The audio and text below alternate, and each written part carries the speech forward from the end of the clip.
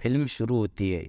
हमें Washington DC का पहाड़ी इलाका दिखाया जाता है, जहाँ पर सीढ़ी एक कार से जा रही होती है। तभी उसे उसके बॉस का फोन आता है। अभी अभी उसकी पार्टनर की मौत हो चुकी है और इसकी वजह से वो दुखी और परेशान होती है।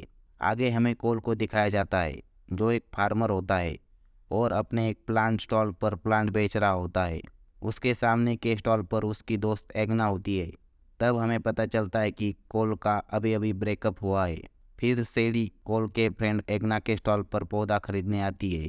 उसे एक फूलों वाला पौधा पसंद आता है। शुरू में वे दोनों एक दूसरे के तरफ अट्रैक्ट होते हैं, पर बातों बातों में कोल को पता चलता है कि सीडी ज्यादा समय घर से बाहर रहती है, जिसकी वजह से वो उन पौधों को रेगुलर पानी नहीं दे सकती।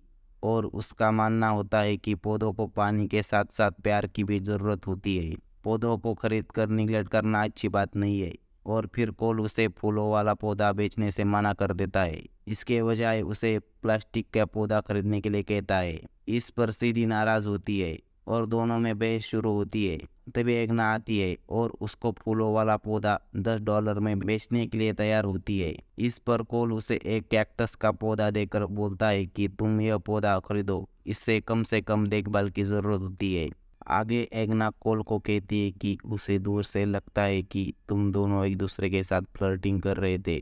तब कोल को रियलाइज होता है और वो सीडी के गाड़ी के पास भागता है और उसे बहस के लिए सॉरी कहता है और डेट के लिए पूछता है। फिर दोनों कॉफी पीने चले जाते हैं। आगे एक कैनल को देखकर सीडी कोल को कहती है कि उसे इसे देखकर एम्स्टर्डम की याद आती है और वो कहती है कि वो बहुत घूमती रहती है। और इस पर कोल के एक्सप्रेशन देखकर सीडी को लगता है कि कोल अपने देश को छोड़कर कभी बाहर नहीं गया। तब कोल उसे झूठ बोलता है कि वो भी बहुत ट्रैवल करता रहता है। आगे एक सीढ़ियों के पास आने पर दोनों सीढ़ियाँ चढ़ने की रेस लगाते हैं और तब कोल अपने पॉकेट से चाबी और उसका इनहेलर स्प्रे पंप अपने हाथों में लेता है ताकि वो अच्छे से सीढ़ियाँ चढ़ सके। तब सीढ़ी उसे अपने बैग में रखने के लिए कहती है। दोनों सीढ़ियाँ चढ़ने लगते हैं, पर यहाँ कोल हार जाता है। आगे दोनों ड्रिंक करने एक क्लब में जाते हैं और रात भर घूमते रहते हैं। फिर सुबह कोल उसे उसके घर पर छोड़ने जाता है और दोनों सीढ़ी के घर पर इंटीमेट होते हैं। उसके बाद कोल अपने घर चला जाता है।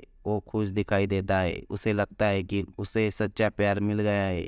घर आने पर वो अपने फैमिली को सीढ़ी के बारे में बताने लगता है कि उसे लगता है कि वो सिर्फ उसके लिए बनी है। तब कोल की सिस्टर कोल का मोबाइल लेती है और उस मोबाइल में उसे सीढ़ी सोते वक्त कोल ने एक फोटो खींची होती है वो देखती है। तब उसे उसकी सिस्टर कहती है कि तुम्हें ऐसा नहीं करना चाहिए था, तुम इस लड़की को भी तुम्हारी पुरानी गर्लफ्रेंड फियोना के तरह खो दोगी। फिर कोल उसे कहता है कि वो उसे सिर्फ दिन में एक बार मैसेज करेगा और कुछ इमोजी भेजेगा, पर वो हमेशा की तरह कोल उसे खूब सारे मैसेज करता है पर वो रिप्लाई नहीं देती। कोल थोड़ा सा परेशान होता है। फिर उसे याद आता है कि उसका इनहेलर पंप उसके बैग में है और उस पर ट्रैकर लगा हुआ है। तब वो अपने मोबाइल से उसका लोकेशन देखता है। उसे पता चलता है कि वो लंदन में है। फिर कोल की फैमिली कोल को लंदन जाने के लिए इनकरेज करती है और फिर कोल भी लंदन जाकर सीडी को सरप्राइज करने का डिसाइड करता है। फिर हमें लंदन शहर दिखाया जाता है। कोल इनहेलर के ट्रैकर से सीडी के लोकेशन के पास पहुंचता है, पर तभी कुछ गुंडे उसे किडनैप करते हैं और एक केव जैसी जगह ले जाते हैं। वहाँ एक आदमी उसे टैक्समैन समझ रहा होता है। उस आदमी को उससे एक पासपोर्ट चाहिए होता है। फिर कोल उसे बताता है कि वो कोई टैक्समैन नहीं है, वो एक फार्मर है। वो आदमी उसे टॉर्चर करने लगता है। तभी वहाँ सीडी आ जाती है और उन सब गुंडों को मारकर कोल को छुड़ाती है। तब कोल को पता चलता है कि सीडी एक CIA एजेंट है और वही टैक्समैन है। केव के बाहर आने के बाद उसे पता चलता है कि वे दोनों पाकिस्तान में हैं। तभी और कुछ गुंडे उन पर हमला कर देते हैं। फिर एक ज़बरदस्त एक्शन चेस सीक्वेंस होती है जहां पर सीडी एक लोकल ट्रक को रिवर्स चलाती है और उन पीछा कर रहे गुंडों को मार देती है। फिर दोनों पैदल चलकर आगे जाने लगते हैं। पैदल चलते समय फिर दोनों में फिर से बहस शुरू होती है। कोल कहता है कि उसने उसे सब कुछ झूठ कहा था। सीडी कहती है कि तुम मेरे पीछे क्यों आए। फिर दोनों एक दूसरे से परेशान होते हैं। कोल वापिस जाना चाहता है और सीडी भी उसे वापिस भेजना चाहती है ताकि वो फिर से अपने मिशन पर काम शुरू कर सके। दूसरी तरफ उन गुंडों का बॉस लिवेक केव में पहुंचता है और उसे टैक्समैन से वह पासपोर्ट चाहिए होता है ताकि वो एक केस को ओपन कर सके जिसमें एक एस्टेक नाम का बायो वेपन होता है। फिर वो पाकिस्तान के सभी बाउंटी हंटर को कोल की फोटो भेज देता है और उस पर $1 मिलियन का इनाम रखता है। कोल और सीडी एक मार्केट पहुंचते हैं। तब सीडी मार्को नाम के एक आदमी से मिलती है और फिर मार्को को उसे एकदम से किस कर लेता है। यह देखकर कोल नाराज होता है। मार्को को पूछने पर सीडी उसे बताती है कि उसके पीछे वही लोग पड़े हैं जिन्होंने एस्टेक को चुराया है। कोल के पूछने पर सीडी बताती है कि एस्टेक एक बायोकेमिकल वेपन है, वे लोग उसे बेचना चाहते हैं। आगे मार्को सीडी से कुछ ज्यादा ही रोमांटिक होकर बात कर रहा होता है। तब कोल के पूछने पर पता चलता है कि मार्को और सीडी पहले कपल हुआ करते थे। उनकी रिलेशन 5 महीने चली होती है, पर यह सीडी कोल को बताना नहीं चाहती थी। पर यह सुनकर कोल नाराज होता है। तब सीडी मार्को को बोलती है कि तुम मेरे लिए इसे सेफली अमेरिका भेज दो। और फिर मार्को सीडी को पूछता है कि सच में वो कौन है। तब सीडी उसे बताती है कि वो एक मिस्टेक है, जिससे कोल और नाराज होता है। तब मार्को को पता चलता है कि कोल सीडी का बॉयफ्रेंड है। फिर मार्को कोल को बताता है कि जब हम दोनों कपल थे तब म्यांमार में सीडी के वजह से उसने अपने हाथ को खो दिया था। फिर कोल सीडी से पूछता है कि क्या वो वहाँ केव में उसे बचाने आई थी या एस्टेक के लिए आई थी। फिर सीडी उसे सच बताती है कि उसकी फर्स्ट प्रायोरिटी एस्टेक थी। फिर सीडी मार्को को कुछ पैसे देती है और कोल को सेफली भेजने के लिए कहती है और फिर कोल को गुड बाय कहती है और कहती है कि वो उसे कभी कांटेक्ट ना करे। सीडी चली जाती है और कोल और मार्को आगे चलने लगते हैं। तभी एक बाउंटी हंटर मार्को को मार देता है और दोनों को आगे चलने के लिए कहता है। आगे दूसरा बाउंटी हंटर पहले को मार देता है और ऐसे ही तीसरा दूसरे को मार डालता है और दोनों के नेक पर एक डिवाइस लगाता है और उसका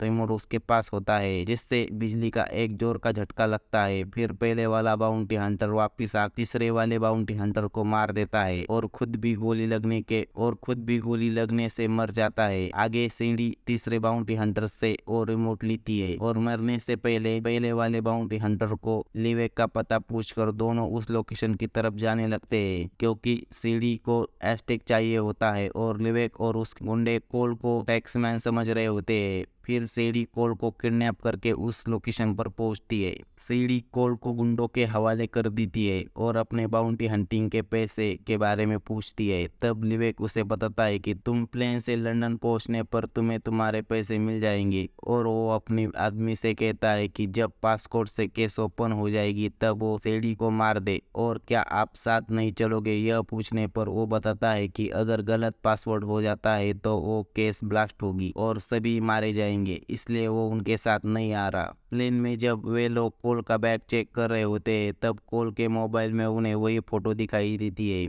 जो फोटो उसने सीडी सो रही होती है तब ली थी। तब उसे पता चलता है कि उसे दोनों मिलकर झूठ बोल रहे थे। फिर वो सीडी को फोटो दिखाती है और पूछती है कि पासकोड कहाँ है। तब वो उन्हें वही इलेक्ट्रिक शॉक देने वाला गैजेट अपने पॉकेट से निकाल कर देती है और बोलती है कि यही पासकोड है और उसके बाद रिमोट से उसे इलेक्ट्रिक शॉक देती है और बाकी के गुंडों को भी मारती है। तब उसके पेट में नाइफ लग जाती है।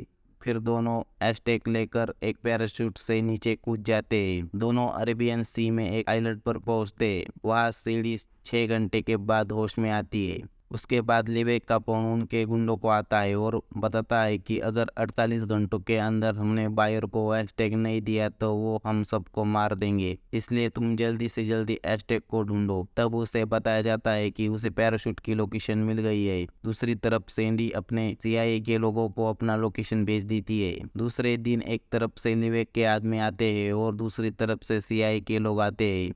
CIA की नेवी पुलिस इन दोनों को बचाती है, पर लिवेक के आदमी एस्टेक को लेकर जाते हैं। CIA के ऑफिस में मिशन में अपने बॉयफ्रेंड इन्वॉल्व करके मिशन को खतरे में डालने के वजह से सीडी को काम से निकाल दिया जाता है और कोल को लिवेक के पास एक बकरा बनाकर भेज देते हैं ताकि CIA के लोग लिवेक और उस बायर को पकड़ सके और उन्हें एस्टेक भी मिले। फिर एक बहुत ऊंची बिल्डिंग के एक होटल में मीटिंग फिक्स होती है जहाँ लिवेक, बायर और कोल पहुंचते हैं और जब नीचे CIA की टीम उन्हें पकड़ने के लिए आती है तब लिवेक के आदमी उन्हें वही नीचे मार डालते हैं। अब कोल ऊपर होटल में अकेला होता है और उसके पास पासपोर्ट भी नहीं होता, पर उसे यकीन होता है कि उसे बचाने सैंडी जरूर आएगी और फिर कोल उन्हें कुछ देर बातों में उलझाए रखता है और सैंडी की आने का वेट करता है। पर इससे बायर चिढ़ जाता है और कोल को गन दिखाकर जल्दी से केस को ओपन करने के लिए कहता है। तभी वहाँ सीढ़ी आ जाती है और वो सबको बताती है कि असल में वही टैक्समैन है और वो उस केस को खोलेगी। पर वो बायर को बोलती है कि वो उसे विवेक को जितने पैसे दे रहे हैं उतने पैसे के आधे ही पैसे दे। इस पर बायर इस ऑफर को एक्सेप्ट कर देता है।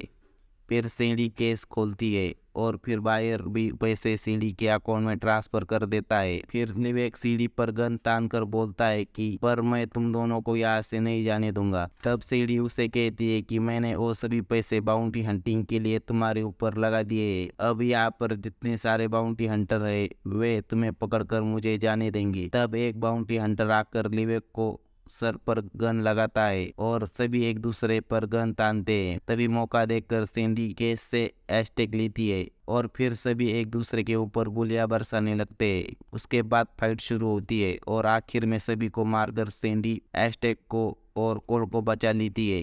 फिर सैंडी को कोल के फैमिली के साथ खाना खाते हुए दिखाया जाता है और इसी पर फिल्म खत्म होती है। अगर आपको ये एक्सप्लेनेशन अच्छी लगी तो प्लीज़ चैनल को सब्सक्राइब करें। थैंक्स।